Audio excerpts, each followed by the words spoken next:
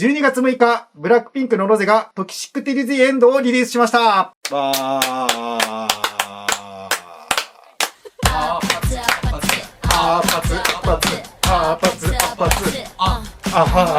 ということで、トキシックティルズ・エンド。はい。ちゃんとGって言ってくれてましたけど、うん。ブラックピンク、ブルピンのロゼがリリースしたファーストスタディオアルバム、フルアルバムですね。うん。ロージーのタイトル曲です。はい。いつもこっからスンってしちゃうというかうん。だらだらと曲の概要について喋り出すのが、我々のチャンネルのお決まりなんですけど、もうそういうのいいかなこの曲を前にしてそういうのいいかなみたいな感じで。アパッツでしょそれは。というか全体的に関してもそうかなっていうか、その K-POP にさ、ちょっと明るいだけの人のご託なんてさ、この世界のロゼの曲の前というか、アルバムの前にはちょっとノイズかなみたいな。しゃらくせよっていう。そう。っていうのを、台本何度書いても思う。想定してもなんかもう、だるい喋りにしかならないな、みたいな。余計だな、みたいな。そう思ってしまったので、今回は、愛を叫ぶだけという感じで、そのテーマとなる3曲をざっと紹介します。はい。で、1つ目は、今散々合唱してました。ロージの先行シングルの一つというか、一番最初に先行された。韓国でも有名な遊び、アパートゲームが元ネタの曲。ドンキホーテに入り浸っていることでファンクの帝王、ブルーノ・マーズさんとのコラボ曲、アパツですね。APT と音で書いてアパツ。だからこの曲は、そこら中で SNS どころじゃなく流行ってるの。説明がほぼいらないと思うんですけど。っていうぐらいヒットしてるので、正直ここ10年の K-POP でも一番と言ってもいいぐらいヒットしてまして。MV5 億回超えでしょ？そう、それがね、K-POP で最速なんですよ。聞いたことないもんね、そんな早くね。だからこれのヒット、10年っていうのをなんとなく言ったんですけど、どれぐらいヒットしてるかの基準で言うと、BTS のダイナマイトぐらいかな。あれ以来かなっていうぐらいの感じで、当然世界中で大ヒット、日本でも大ヒット。韓国でも大ヒットしてるんですけど、一番最初に音楽番組の1位取ったのは、当然出演してないですけど、取ったのが人気歌謡かなんかな。で、そこでインスタで、ブルーノ・マーズが音楽番組初の1位嬉しくてなって絶対ふざけてんだろうみたいな。この人は相変わらずおもろいな。SNS の使い方が上手なのが、ブルーノ・マーズのが売れ出した時に出てきた世界的なアーティストたくさんいるけど、ずっと第一線、超売れっ子で居続けるのは、やっぱこういうお茶目な部分っていうか、そうだね。そのドンキに入り浸ることも含め、そういうところが垣間見えるかな。それぞれの国のファンを喜ばせるやり方をすごい、いつも上手だなと思うけど、それがこのアパッツでも垣間見えたなとは思うんですけど、そういう小ネタぐらいしか言うことないぐらい、みんな知ってるっていう。で、二つ目が、その、ロージンの二つ目の先行シングル、ナンバーワンガールズ。こちらもアパッツに続いてブルーノ・マーズとのコラボ曲で、楽曲とか MV にブルーノ・マーズは参加してないんですけど、作詞作曲、あと楽曲プロデュースを務めていて、そうなんだね。そう。で、歌詞は、ロゼ、今回紹介する3曲とも作詞を全部参加してるんですけど、この曲はロゼがファンのことを考えながら書いた曲。で、3つ目が、今回のタイトル曲、最初にがなってくれたトキシックティルジエンド。で、こちらはゴシップガールに出演した世界的なインフルエンサー兼俳優兼スケーターのエヴァン・モックが恋人役として MV に出演してます。野郎ね。で、最後にエヴァン・モックのクレジットの後に As the EX って出てるんですけど、The EX っていうのが、役名とかじゃなくて、ロゼが元恋人のことをこう呼んでまして。なので、元彼のことを指してるんですよ。なので、失恋を歌った曲ということです。MV の内容もそうだけど、だからエヴァン・モックはその元彼を演じている。ちなみにゴシップガールではその同性愛者的なキャラを演じてるらしいんですけど。ちょっと調べたよ。そう、異性愛者を演じてるということです。ちなみにピンクヘアがトレードマークらしいです。それをあえて濡らして服みたいなシーンとかも入れてるの。その辺かなと思いますけど。ということで、世界中がそのロゼのソロ曲に熱狂しているっていう感じなんですけど、調子どうすか？いや、まずアパッツに関してはさ、それこそブルピンでは絶対見れない曲だし、まさかブルーノ・マーズっていうのもあるし、改めてその時のことをって言ってもさ、未だにさ、鳴り響いてるからさ。今更って感じだよね。そうなんだよ。めちゃめちゃいい曲だし、楽しい曲だしさ。そう、だけど多分、本人は、ここまでヒットすると思わなかったから先行シングルにしたっていうことなんだと思うんだよ。てかなんつうの、簡単にできちゃったみたいなところもあると思うし。ブルーノ・マーズっていうとてつもないでかい名詞がついてるとはいえ、意外は意外だったんだろう。まあ確かにめちゃめちゃいい曲で、俺も超好きだけど、まあシンプルっていうかさ、それこそミニマルな曲。だから、まあこんなにヒットすると思わないのもまあ自然かなと思う。まあでもヒットしても何の違和感もないぐらい、それほどスーパーキャッチーな曲だから。まあでもやっぱ K-POP ってさ、まあそのダイナマイトとかはあるけど、やっぱ世界的に大ヒット曲で言うと、サイとさ、まあそのファザーの時に、そのサイの領域に届くのは、ファサぐらいしかいないみたいな、後継者みたいなこと言ったけど、サイっていうか、ファサイというか、サイの領域まで行く可能性が、今唯一ある人と言えるから、いましたよ、ちゃんと。っていうか、いや、こっちのアプローチで来るとは思わなかったよ。さすがにロゼが。いやでもやっぱり K-POP って実はこういう曲が、まあそのサイも含めてね、楽しくてもとにかくもう体が乗っちゃうよ、みたいな曲が、未だにこう K-POP のストライクなんだなっていうところは変わらずあるかなと思うけどね。しかもさ、MV もさ、まあ MV と言っていいのかみたいな、すっごい簡素な作りだけどさ、まあとにかく楽しそうじゃん、二人が。いや、いいね。だからあれに俺過剰な演出いらないと思うっていうの、まあその結果論でだらだら喋ってもみたいなところあるけど、可愛いよね。そうなんで、ブルーノ・マーズもいいし、ママのステージも見ましたし。いや、あれもめちゃめちゃいいね。あとなんか、イオンジと一緒にやってるやつも見たんだけど、まあそれも良かったし、まあだから楽曲強えなっていうところだよね。もうそれ以外ないよ。いや、もうあのリズムとアパツアパツの繰り返しを、まあだから見つけたというか、そこにもう速攻たどり着いた、まあロゼと、まあブルーノ・マーズがもうただすごいっていう。いやもうたまんないよ。まあ、正直これがメインになっちゃうのはしょうがないと思うよ。っていうぐらいまあ強烈なのはもう言うまでもないんだけど、ナンバーワンガール。あれさ、画質がさ、マックス480なんだよね。ああ、そうね。最初さ、たまにあるじゃん、YouTube の設定で低くなってるとか。で、見たらさ、480だからさ、あれって思ったんだけど、さっきさ、ファンのためを思った曲って言ってたじゃん。それで、画質が悪いとさ、ちょっとなんていうの、それこそ 4K とかよりも、なんとなくこう、身近に感じると思うんだよね。だから、そういう、そのファンのためを思ったロゼとファンの距離感みたいなところを、あえて画質を落とすことで表現したのかな、みたいな風に思ってたから。まあ、それもあると思うんだけど、まあ、これ、全体的な話になるけど、アパツがスマホで撮ったみたいな映像じゃん。簡素な感じで。で、ナンバーワンガールがホームビデオっていうか、ちょっと前の、まあ、デジタルテープのカメラで撮ったような映像にしてて、トキシクティルザエンドは、あれ最後にコダックのロゴとか出てくるんだけど、あ、それはあれね、フィルムで絶対撮ってんだよ。質感的に。そういう映像的なギャップ、そういう最新のスマホっぽい映像と、一昔前のテープ映像と、まあもう超スタンダードであるフィルムっていう、まあ映像の3つのギャップの見せ方みたいな。で、まあロゼのボーカルっていうか、曲のカラーをそれで表してるってことがまああるとは。そうかそうか。映像的にもそういった意図があったってことだよね。そうだから曲は、まあ、もちろん字幕、日本語字幕ないからさ、何を歌ってるのかわからないんだけど、なんか染みるな、みたいなやつはさ、やっぱりロゼの声も相まってあるっていうのもあるから、まあファンのための曲って聞いて、すごく腑に落ちたというか、すべてにおいてね。で、まあメインですよ。トキシックティルズエンド。ムカついたね。これはムカついたよ。あいつにね。腹立った。俺だから、さっき、でも別れるっていう話だよ、一応。そうなんだけど、あんなにベタベタされたらちょっとさ。まあでも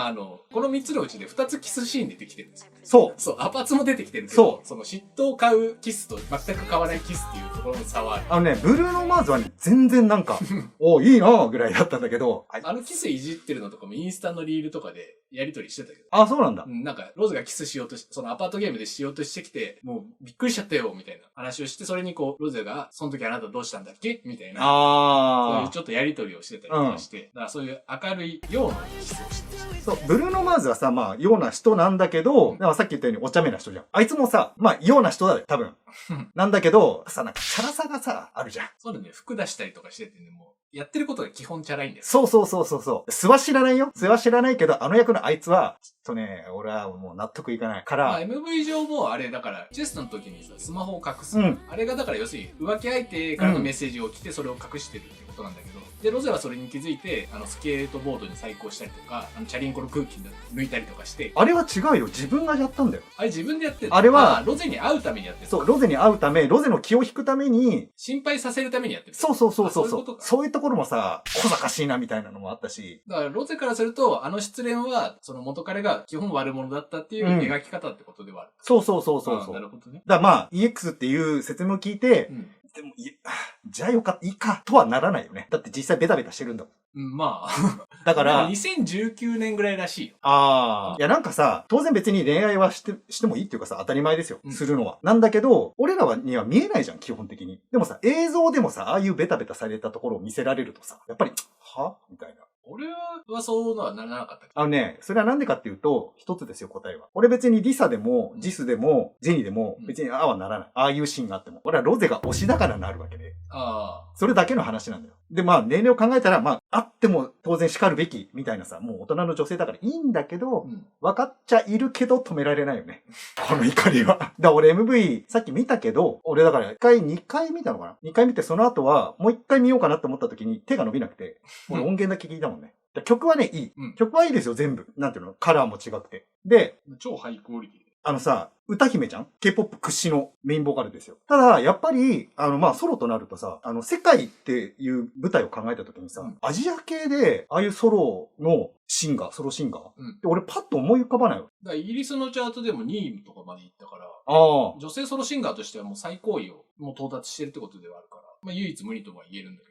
でさ、やっぱりさ、違うなって思うのはさ、声質欧米の人とかさ、だからまあ、アリシア・キーズとかさ、古川ホイットニー・ヒューストンとかさ、すごいじゃん。歌唱力だけじゃなくてさ、なんつうの、声質が違うじゃん。やっぱりこの出し方みたいなさ。これ別にいい悪いじゃなくて。だから、ロゼの声っていうのは、やっぱり聞いたこともないし、だから俺はちょっとね、やっぱり、そのロゼの声って K-POP っぽいのかなっていうのはちょっと思ったんだよね。俺はでも、まあ、ベースにアジアらしさというか、韓国らしさが入ってるとは思うんだけど、やっぱり、そのオーストラリア育ちっていうところの、それこそハイブリッド感というか、洋風との、まあ、ロゼが英語堪能、ネイティブなのも含めて、その辺が混ざってるから世界に届いてるのかなとは思う。そう、それはもちろんあるし、それこそトキシックティリゼエンドの MV でさ、着てるさ、ちょっと制服っぽい、ポロシャツっていうかさ、生地の柔らかそうなさ、ポロシャツみたいな。体にタイトなやつ。そう。でさ、ここバッて開けてるじゃん。あれってさ、なんか、アメリカのドラマでああいうの着てる子たち見たことある気がするな、みたいな感じだったから。アメリカの制服っぽいよ。そう。で、それがだから全然違和感ないのは、やっぱりその、育った境遇というかさ、そういうところが、そういう風に見せてるんだろうなっていうのも思ったから。そう、だからアジア人のルックスだけど、奔放な欧米女性っていう、まあ、ステレオタイプの話だけど、それを演じてても違和感がないっていうのは、まあ、その辺があるのかなと。そう。もうそれはだから、彼女からもう滲み出てるものっていうところがあるから、そういう部分でのハイブリッドっていう意味では、すごく、もう同感っていう部分もあるし。で、まあ、その、声質に関しては、これまで聞いたことないって言ったけど、まあ俺、ロゼの声好きだからさ。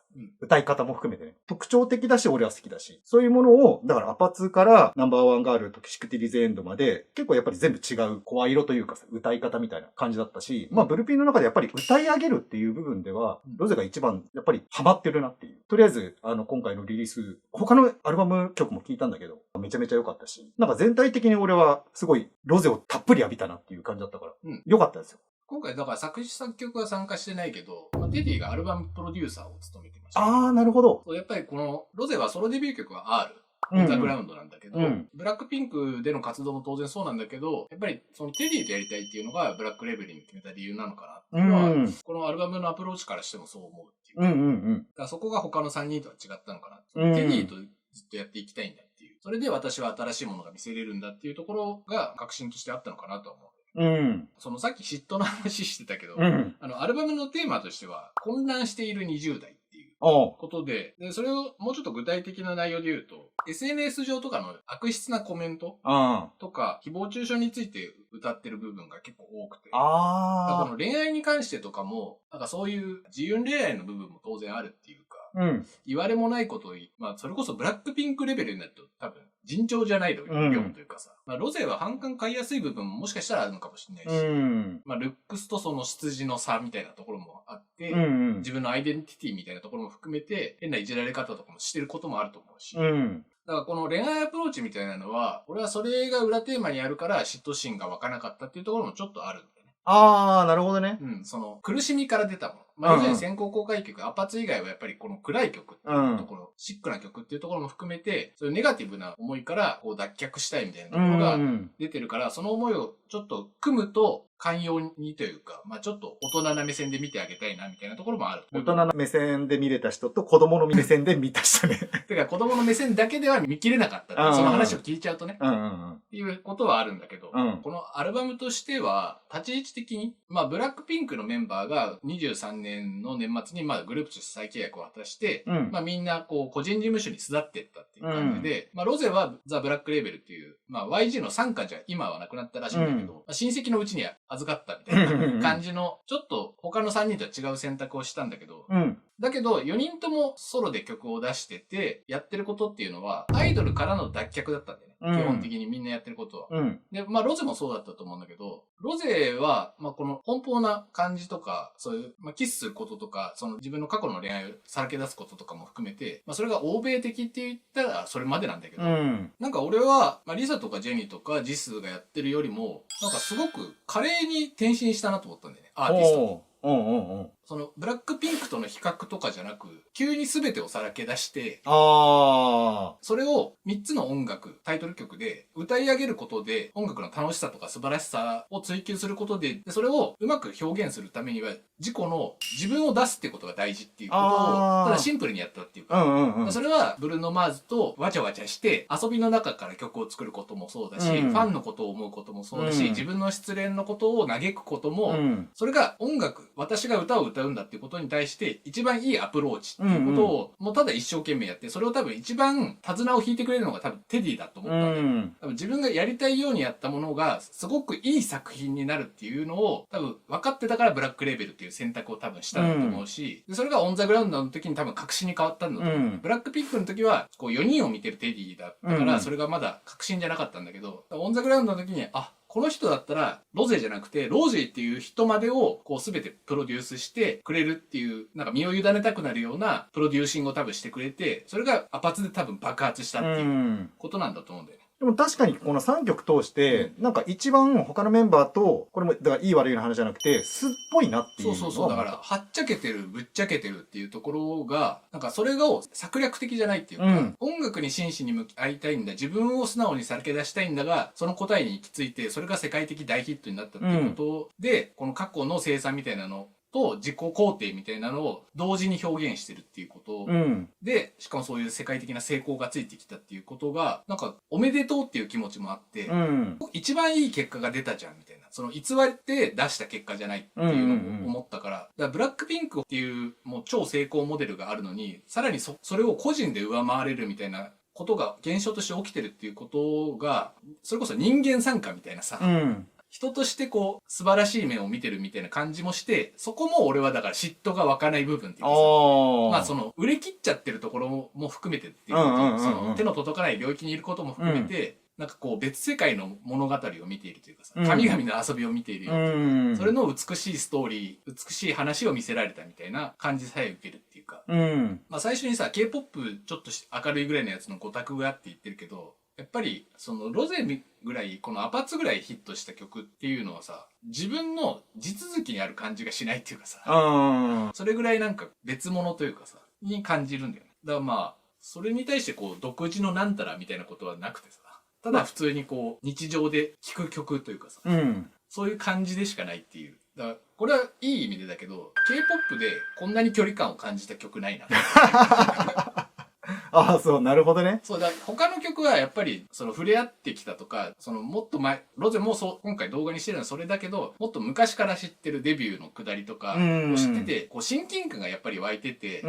まあ我々より詳しい人は当然いると思うけど、ロゼについてこう詳しいというか、その語れる時間を割いてきたんだ、みたいな自負があった上だけど、ロゼの場合はもうそれを突き抜けて、その自分のものだって言える部分が全然ないなっていう。まあ全部そうなんだけどね。事実関係というか、関係性としてはそうなんだけど。でももう距離感としてはもうまさしく世界のロゼだったっていうことだよね。そう。そこにだから自分との地続き感が一切ないっていう。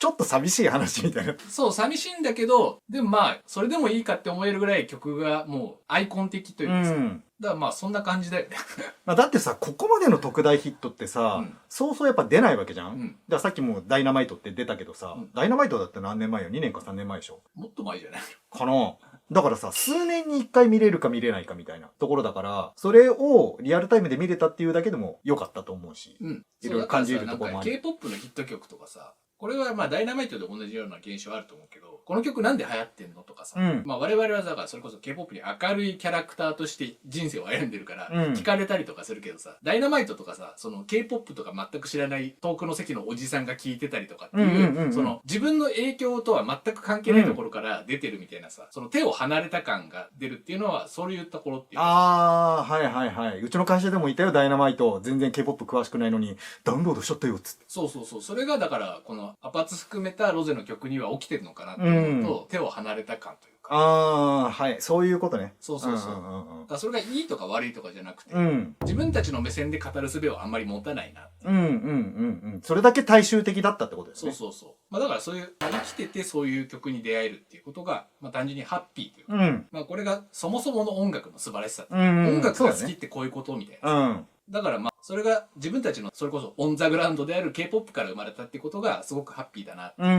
だからこの、まあ数年に一度起こるこういう K-POP の奇跡みたいなのを起こしてくれたロゼにこう、ブラボーって感じで。